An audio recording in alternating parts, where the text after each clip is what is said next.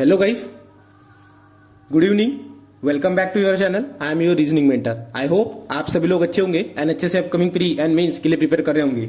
तो गाइस, आज मेरा FCI AG3 का एग्जाम था जो कि 7 जनवरी सेकंड शिफ्ट में था, 10:30 बजे वाली की। ठीक है, तो उसका सेल्फ गिवन एनालिसिस देखेंगे हम।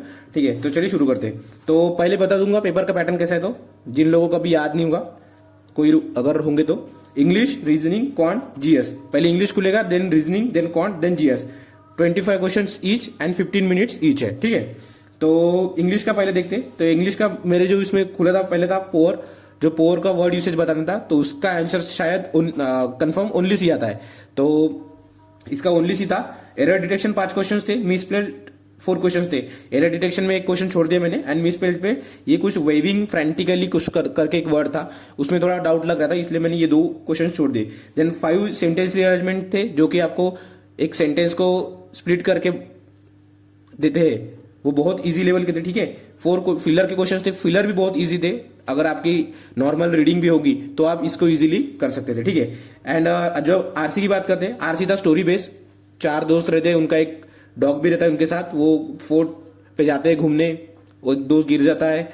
बहुत इजी तरीका, इजी लेवल का आरसी था, जो कि स्टोरी बेस्ड था, जो कि प्री में भी नहीं आता है। हमारे बैंक एग्जाम्स के प्री में भी तो उससे अच्छा आरसी आता है। ठीक है, तो FCI AG3 का लेवल बैंक एग्जाम से मुझे तो काफी कम लगा। बस एक क्वांट सेक्शन है, उसमें हम देखेंगे, बात करेंगे। ठीक है, तो एक वर्ड था मफल करके, एंड एक कुछ तो वर्ड था, मुझे याद नहीं आ रहा है, वो थे वर्ड्स। ठीक है, देन रीजनिंग की बात करते।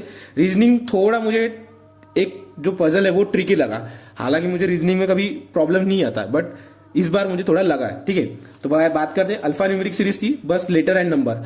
आपको एनालिसिस मिल जाएगा कि अल्फा न्यूमेरिक सीरीज आई थी, बट क्या आया था, कुछ नहीं आता, वो डिटेल बताऊंगा। तो आप, मेरा आपको ये एडवाइस है कि आप सेल्फ गिवन एनालिसिस जो रहते हैं उनका वीडियो जरूर देखें। ठीक है, तो एक एग्जैक्ट आइडिया आपको आ जाएगा। ठीक है, रीजनिंग का अल्फा न्यूमेरिक सीरीज में 4 क्वेश्चन आए थे, लेटर एंड नंबर, सिंबल नहीं थे, बस लेटर एंड नंबर थे। नॉर्मल 15-20 क्वेश्चन की 15-20 लेटर एंड नंबर का कॉम्बिनेशन का अल्फा न्यूमेरिक आया था। देन एक पेयर फॉर्मेशन आया था। देन एक वोवेल्स एंड कंसोनेंट का था, जो कि इंक्लूड करके था। इनके जो वॉवेल्स थे उनको प्रीवियस लेटर एंड कंसोनेंट को सक्सीडिंग लेटर, ऐसा कुछ करके इनको बनाना था। ठीक है, देन बैकवर्ड फॉरवर्ड करके एक वर्ड आया था, एक नंबर आया था, 5 लेटर का नंबर आया था। ठीक है, उसमें बैकवर्ड फॉरवर्ड देखना था। देन डायरेक्शन सेंस था, तो उसमें भी 4 क्वेश्चन थे। डायरेक्शन सेंस में थोड़ी लंबी डायग्राम बनती थी, मुझे एग्जैक्ट याद नहीं है, अगर मुझे मिलता है तो मैं बता दूंगा आपको। ठीक है, एंड मंथ बेस्ड पजल था, 5 क्वेश्चन थे। ठीक है, 8 पर्सन थे उसमें, जनवरी, अप्रैल, मई, जून, जुलाई, नवंबर, दिसंबर, ऐसे मंथ्स थे 8। ठीक है, एंड अच्छी पजल थी वो भी। ठीक है, एंड पैरेलल रो था एक 10 पर्सन का, 5 क्वेश्चंस। एंड एक जो था अनसर्टन 3 to 4 क्वेश्चंस। इसमें एक क्वेश्चन जो आर के इमीडिएट लेफ्ट में बी बैठता है, तो उसके एम के सेकंड लेफ्ट में बैठता है। दो कंडीशन बनी थी इसमें भी मेरी, तो उसमें एक कंडीशन दोनों भी कंडीशन में सेटिस्फाई नहीं हो रहा था। मैंने 2-3 लोगों से भी पूछा मेरे शिफ्ट होने के बाद, तो उनको भी यही प्रॉब्लम आया था। तो ये थोड़ी अनसर्टन वाली पजल ट्रिकी लगी। ठीक है, तो यहाँ पे 3 क्वेश्चन यहाँ पे छूट गए। ठीक है, बाकी एक इसमें बना था, तो उसका आंसर दोनों भी केस में सेम आ रहा था, तो इसको मैंने टिक कर दिया था। ठीक है, बाकी पूरा पेपर इजी था, बस ये अनसर्टन वाली जो पजल थी उसके वजह से थोड़ा पेपर बच्चों को मॉडरेट लगा। ठीक है, तो अगर जिन्होंने ये अनसर्टन वाली पजल पहले उठाई, उनका पेपर में सिर्फ 20 के नीचे ही स्कोर हो पाया है। मैंने 3-4 लोगों से बात किया है, तो उन्होंने अनसर्टन वाली पजल पहले उठाई थी, तो उनका जो स्कोर है, जो अटेम्प्ट्स है, वो बहुत कम हो गए थे। ठीक है, 16, किसी के 18, किसी के 15 ये थे। तो अच्छा हुआ कि मैंने इसको अनसर्टन वाली को पहले नहीं उठाया। तो मैं भी आपको सजेस्ट करूंगा कि अनसर्टन वाली एंड जो इनसाइड आउटसाइड रहती है उसको आप लास्ट में ट्राई कीजिए। बाकी की जो miscellaneous and puzzle seating arrangements रहती है उसको पहले ट्राई कीजिए। ठीक है, देन आता है क्वांट पे। क्वांट में मुझे थोड़ा मॉडरेट लगा पेपर। ठीक है, हालांकि पेपर इजी था, इजी टू मॉडरेट था, बट मॉडरेट बोल सकता है। ठीक है, मिसिंग नंबर थी 5 क्वेश्चंस। ठीक है, नॉर्मल थे इसके, 1-2 का लॉजिक थोड़ा ट्रिकी था। ठीक है, बाकी तो इजी थे। सिंप्लीफिकेशन मॉडरेट लगे मुझे। ठीक है, क्योंकि अंडर रूट वाले भी आए थे, देन परसेंटेज टू परसेंटेज करके भी आए थे, एंड 1-2 इजी थे, बाकी के 2-3 थोड़ा मतलब आपको पेन उठाना पड़ता था, पेन उठाने की नौबत आई थी। ठीक है, तो बाकी तो वर्बली हो जाते थे 2 क्वेश्चन, ठीक है। दिया था डबल पैराग्राफ वाला, 6 क्वेश्चन थे, बॉयज एंड गर्ल्स करके ABCD करके दिया था उनको। तो उनमें 5 के मल्टीपल में आता था, ठीक है। एक लाइन 5 की आती थी, तो और 5 लाइन थी, तो 75 का एक ऐसा बनता था। एंड उनका वो 5 के फैक्टोरियल में उनका जो दिया था, ठीक है, नंबर्स। देन केसलेट था 2 क्वेश्चंस का, A and B, jasmine and rose वाला था।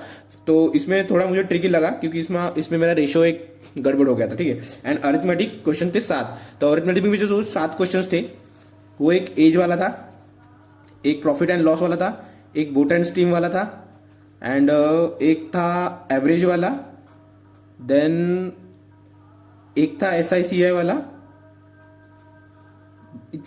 इतने मुझे याद है, बाकी का मुझे एग्जैक्ट नहीं याद है, बाकी क्वेश्चन मुझे देखने को नहीं मिले क्योंकि मेरे इसमें 18 ही क्वेश्चन हुए, ठीक है, 25। तो इसमें मेरे केसलेट में मेरा टाइम चला गया। इससे अच्छा अगर मैं अर्थमेटिक सॉल्व किया रहता तो थोड़ा उसमें भी मेरे अटेम्प्ट्स बढ़े रहते, ठीक है।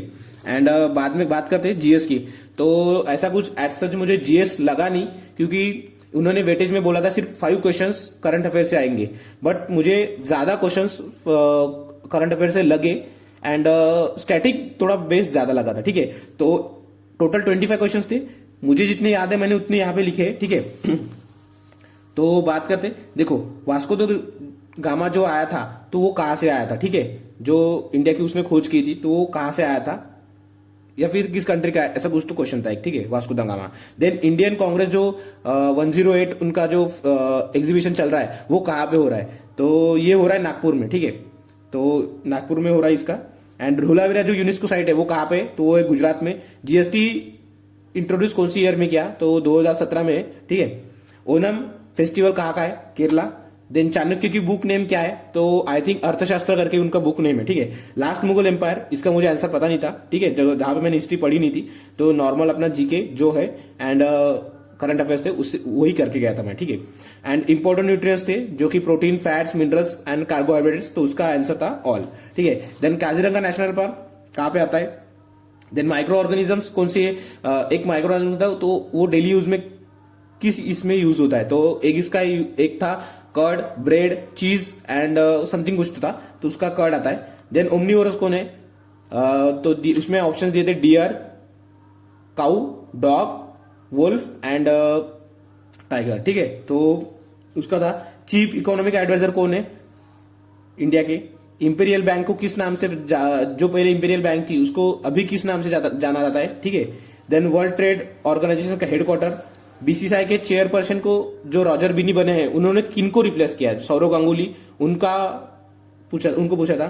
देन क्लाइमेट चेंज करके एक इनिशिएटिव लॉन्च किया है, तो वो किस समिट ने चालू किया है, G20, G7, एशियन, ऐसा कुछ तो था, वो था एक।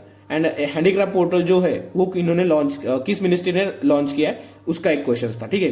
तो 1 2 3 4 5 6 7 8 9 10 11 12 13 14 15 16 17 18 क्वेश्चन याद है मुझे, ठीक है। एंड 7 क्वेश्चन याद नहीं है, अगर आते तो मैं टेलीग्राम ग्रुप पे डाल दूंगा, तो लिंक डिस्क्रिप्शन में है टेलीग्राम ग्रुप की, तो आप ज्वाइन करिए। एंड कुछ मटेरियल लगता है आपको, या फिर जो चीफ इकोनॉमिक एडवाइजर है, कंट्रोलर जनरल ऑफ इंडिया, ऐसे कुछ जो पॉइंट्स है, न्यू अपॉइंटमेंट से इंपॉर्टेंट, वो मैं टेलीग्राम पे डालते रहता हूँ, तो आप टेलीग्राम ग्रुप ज्वाइन कर दीजिए, ठीक है। एंड इसके लिए एंड अभी कल IBPS PO का रिजल्ट लगा, तो मेरा नहीं हुआ है, तो मैं उसके लिए भी वीडियो बना दूंगा, ठीक है। तो अभी हमारे सामने SBI क्लर्क प्री का मेंस का एग्जाम है 15 जनवरी को, एंड उसके बाद सिडबी का एग्जाम रहेगा 28 जनवरी को। एंड अगर SBI PO निकलता है तो उसमें भी थोड़ा 19-20 लग रहा है, बट अगर SBI PO निकलता है तो उसका SBI PO का भी 31 जनवरी को एग्जाम रहेगा, ठीक है। तो अभी हमारे इस मंथ में most probably 2 to 3 exams lineup है। एंड नेक्स्ट मंथ से हम 2023 के लिए प्रिपरेशन चालू कर देंगे, ठीक है। तो जिन लोगों का IBPS PO में नहीं हुआ है उनको अभी हिम्मत नहीं हारनी है, एंड SBI क्लर्क मेंस के ऊपर ध्यान देना है, ठीक है। एंड जिन लोगों का RRB PO में भी नहीं होना है, तो POB भी नहीं हुआ या फिर RRB क्लर्क भी नहीं हुआ, तो हमारे पास इस साल भी 2023 में भी बैंक एग्जाम्स आने वाले हैं, CGL आने वाला है, RBI असिस्टेंट है, LIC ADO है, ठीक है। नाबार्ड का ग्रेड A का नोटिफिकेशन आएगा हमारे पास अराउंड जुलाई में। देन SBI क्लर्क भी आने वाला है, IBPS RRB PO, RRB clerk, IBPS PO, IBPS clerk, SBI PO, ये नोटिफिकेशंस आने वाले हैं। तो अच्छे से प्रिपेयर करना है 2023 में, ठीक है। तो यही था self given analysis. Thank you.